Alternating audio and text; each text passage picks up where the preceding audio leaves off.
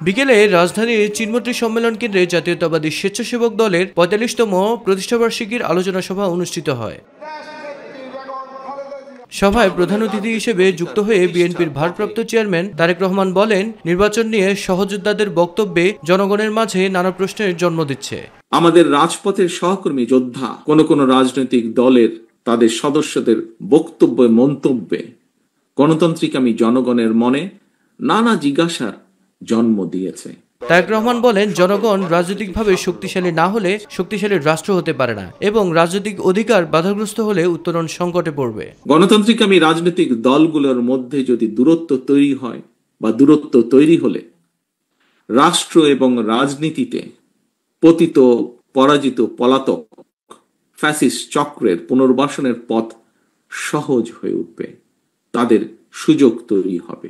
জনগণের রাজনৈতিক অধিকার প্রতিষ্ঠার পথে যদি বাধা সৃষ্টি হয় তাহলে অবশ্যই গণতন্ত্রের উত্তরণের পথ সংকটে পড়বে। নেতাকর্মীদের ঐক্যবদ্ধ থাকার পাশাপাশি জনমনে বিরূপ ধারণা হতে পারে এমন কাজ থেকে বিরত থাকার আহ্বান জানান তারেক রহমান।